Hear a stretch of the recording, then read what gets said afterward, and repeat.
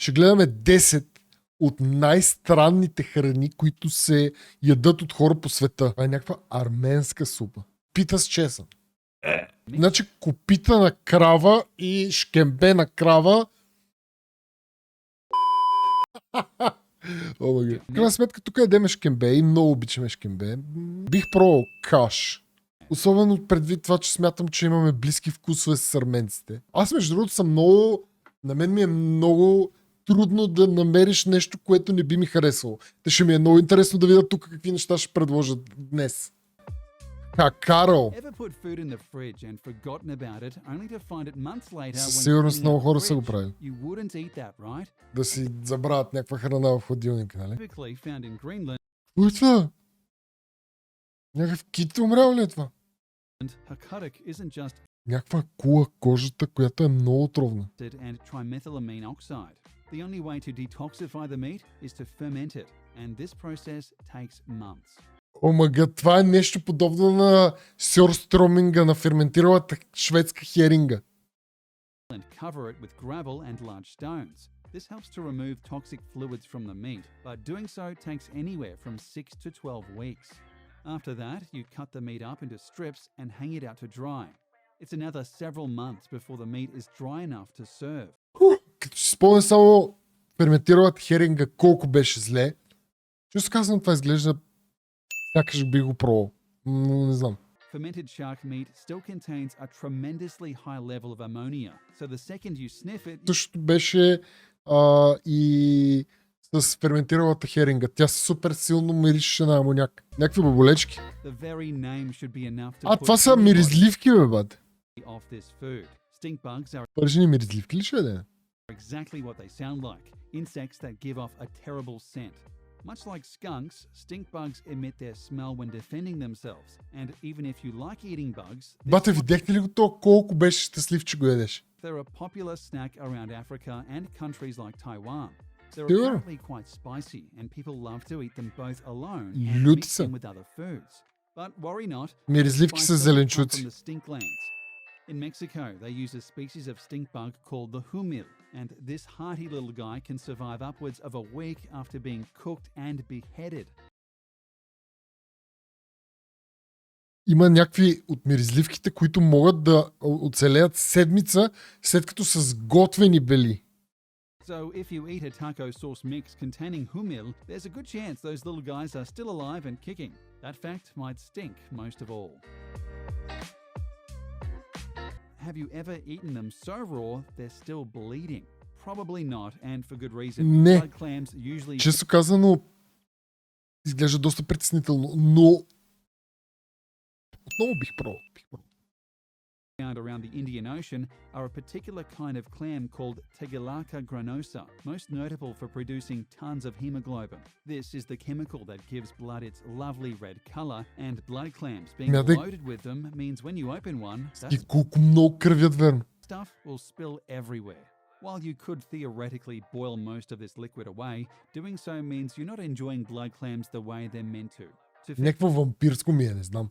Гле как, видяхте ли как тече кръв направо? Гле. Не, е тук.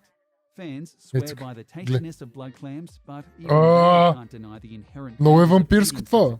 Тук съм малко сол. Какво? Супа от яйца на бели мравки. If you want a truly sensational soup, head to the Vietnam-Cambodia area and give one. Ние ще ходим живи и здрави.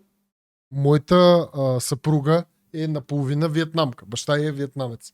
Така че ние ще ходим в Виетнам и ще ям супа от мравки, брате мой, звучи много притеснително.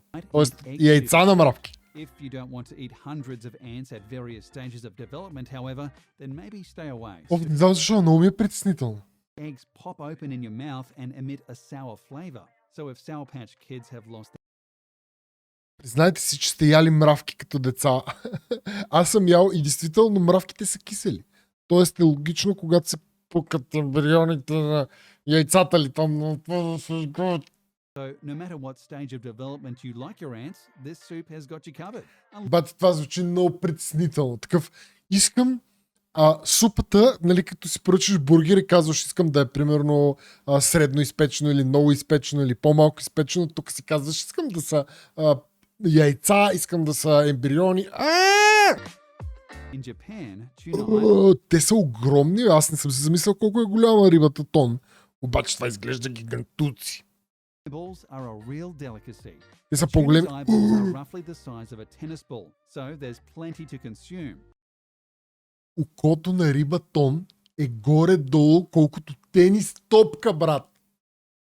Как ще изям толкова голямо око, бе? However, the inside becomes quite soft and easy to drink if that's your thing. Easy to drink, бат.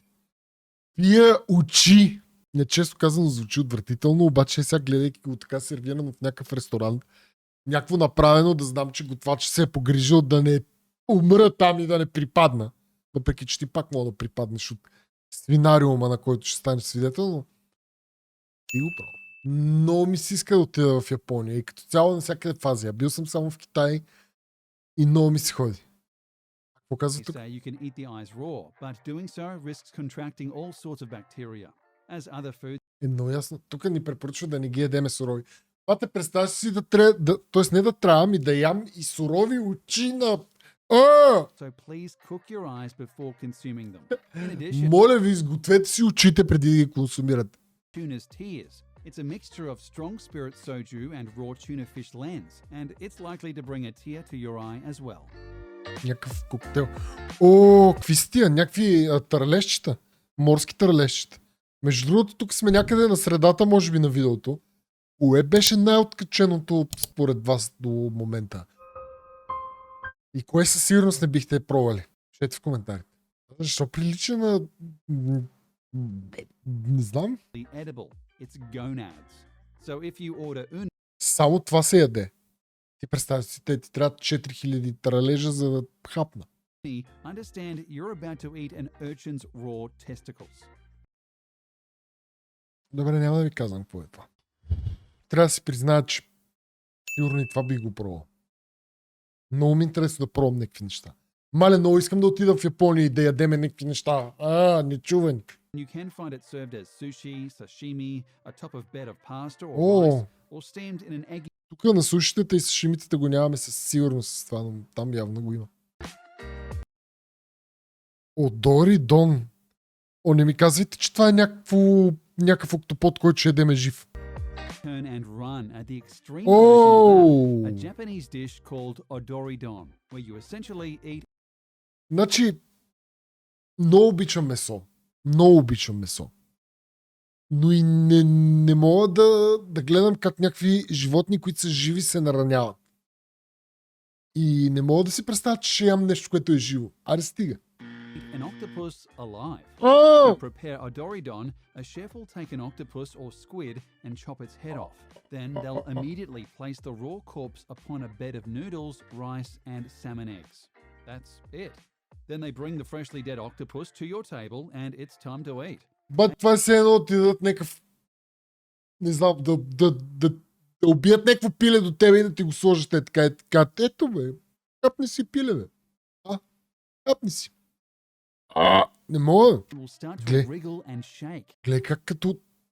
Защото то се смята, нали, че мускулите могат да продължат да имат някакви импулси и контракции, дори след като загинем. И това като го полееш с соев сос. Бате, това е направо като някакъв филм на ужасите. Не знам за какви храни си говорим тук. So why on earth would anybody want to eat such a thing, you ask? To many, the sensation of eating something that's squirming inside your mouth Бате, не искам по никакъв начин да усещам как нещо в устата ми умира и аз да го ям. Има толкова много неща, толкова вкусни и толкова добре изготвени и не живи, които да ям, че да трябва да ям това. Please. is worth the night out, despite how, if you're not careful, it could be your very last night ever. That's because the still wiggling and contracting tentacles might just latch itself onto your throat as you attempt to swallow them. Quick reminder, the suction cups on these tentacles are incredibly strong. Това може да ти залепне, понеже то отново е някакъв мускул и реакция, може докато го преглъщаш да ти залепне за гърлото и да ти остане залепнало за гърлото за винаги. If it does this, you're likely to choke to death. Best to stick to calamari, in our opinion. О, не! О, не! Не! Eating roast duck is normal. Eating duck eggs is also normal. But balut, which is an egg with a duck embryo Между другото, inside, сетих се за едно, където в Азия, не знам тук защо не го споменаха, но има едно 100 годишното яйце там, което е пак на някакъв подобен принцип, но е нещо по-различно и... Това е нещо, което не бих пробвал. Това е нещо, което със сигурност не бих пробвал. Както и живи октопод, но това... Няма как да стане. egg and fertilizing it for several weeks. After about 3 weeks, the egg Бе, направо ме е страх, бе, аре стига. sports a well-formed fetus, complete with feathers, Защо wings, така and ми го teeth. показват, бе? Then, according to local Filipino belief, balut is a great libido-boosting aphrodisiac. Това е афродизиак. Патенце, предпочитам да намеря други начини да се така надъхам. Какво? Това продължава. Soup, but not everyone is likely to enjoy fruit Аз- bat soup.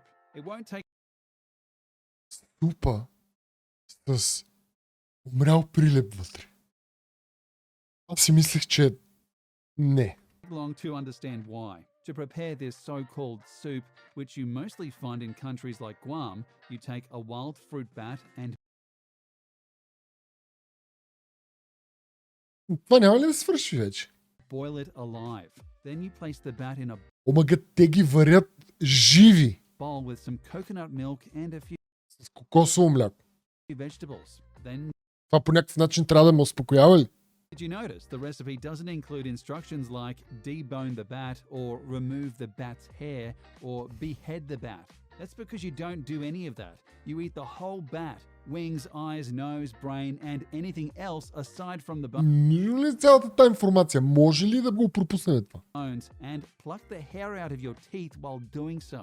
Never mind that, when prepared this way, fruit bat soup sounds unbelievably bland. It's also unbelievably dangerous. Much like Odoridon, the fruit bat ends up on your plate immediately after dying. Unlike Odoridon, however, this was a wild bat that was only superficially cleaned prior to boiling. As such, it's still loaded with all the bacteria and parasites you may expect from a wild bat. Eat this dish Бат, аз не съм сигурен дали ще ям някой повече. Вие лудили сте. Отивам да ям.